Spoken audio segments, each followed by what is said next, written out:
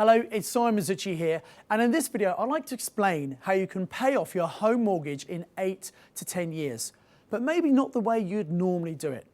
Now let's consider if you own a property and there's some equity there.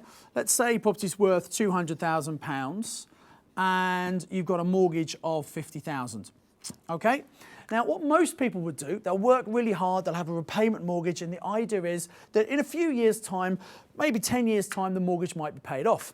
Now in the UK, most house prices double every 7 to 9 years. That doesn't happen every 7 years, that's an average, but on average, every 7 to 9 years, prices double. But let's be really conservative. Let's say it takes 10 years for your property to double. So in 10 years' time, the property might be worth £400,000.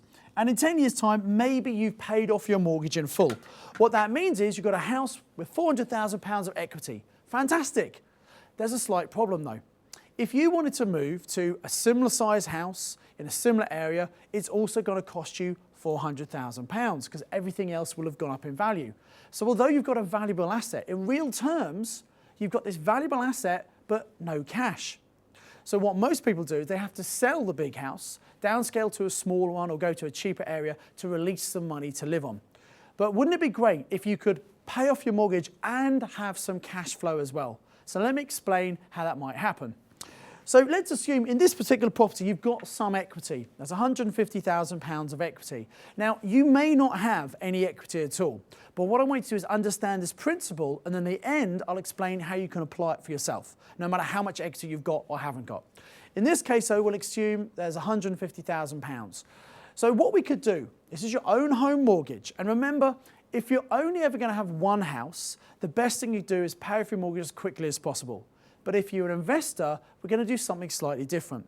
So we're going to increase the borrowing from £50,000 up to £150,000. That means you've got £100,000 which we can release. And this £100,000, you could use that to go and buy one investment property, rent that property out. And over time, this property is going to go from 100 to 200,000. And that's what a lot of people do when they're investing in property. But it's not the best strategy. The best strategy is to use the money you have and split that so you can buy as many investment properties as possible. So this £100,000 we could split into 4 chunks of £25,000 like this. Now, when you're buying an investment property, you need to put in a deposit, typically 25%, and then get a 75% buy-to-let mortgage. So in this case, we put 25,000 in, we'd get £75,000 mortgage. That would give us a £100,000 investment property. And you do that 4 times. So what this means is we end up with 4 buy-to-let mortgages at £75,000 each, okay, which is £300,000 of mortgages, and 4 investment properties at £100,000 each, which is £400,000 of property. Now, if you do this correctly, the money you take out of your own home is going to cost you some interest each month.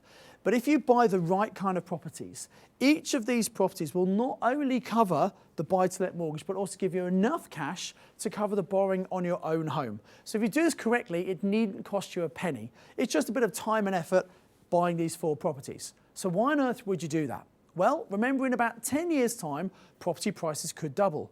That means your own home has doubled in value, but then also so have each of the investment properties. So they will have gone from about 100,000 up to 200,000 in value. 4 of those means that your investment portfolio will be worth £800,000. That'd be pretty good. And you'll have your own house still worth 400. But remember, you've got this mortgage on your own home of 150. And I said I wanted to show you how you could pay off your mortgage in 8 to 10 years. So here's how you do it. If you've got a mortgage on your investment properties, 4 times 75, total borrowing is 300,000. And yet, in 10 years' time, the portfolio could be worth 800,000. So that's £500,000 of equity. So what most investors do is they will remortgage these investment properties. And if you increased your borrowing up to, say, £450,000, which means you still have £350,000 of equity, that would give you £150,000, which you could take to then pay off your own home mortgage in full. So what this means is you'll end up with your own house completely paid off, worth £400,000, 4 investment properties rented out, giving you cash flow, still with £350,000 of equity. Even better than that, hopefully you're going to be around a bit longer than 10 years. So in the next 10 years, what's going to happen to the value of these properties? Well, they'll go up again. They might go up to, say, 400 each. And if you have 4 of them, that means you're going to have £1.6 million of property. There are going to be some mortgages, in this case, 450,000. But what that means is you've got over £1 million of equity for just buying 4 houses. Now you need to educate yourself, make sure you buy the right houses in the right area so you can easily rent them out and make great cash flow on them. But how long would it take you to save £1 million? Do most people do that in a lifetime? No. Whereas just by using some of your assets, you can buy 4 properties, and in the long term, that's probably what's going to happen. So what if you don't have this money to invest? Well, the great way to invest is using other people's money.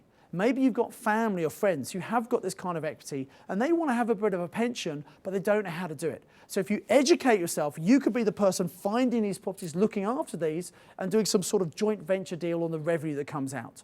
Maybe you've got some inheritance that's going to come to you. Maybe you've got some redundancy money. Maybe you've got some profits in your business. All of these are sources of finance. You see, when I speak to investors, very often they say, oh, I haven't got money. Well, you know what? Successful investors don't use their money. They use other people's money. And if you borrow money and get leverage on it and know what you're doing, you can really become very, very wealthy. So that's all I wanted to share with you today.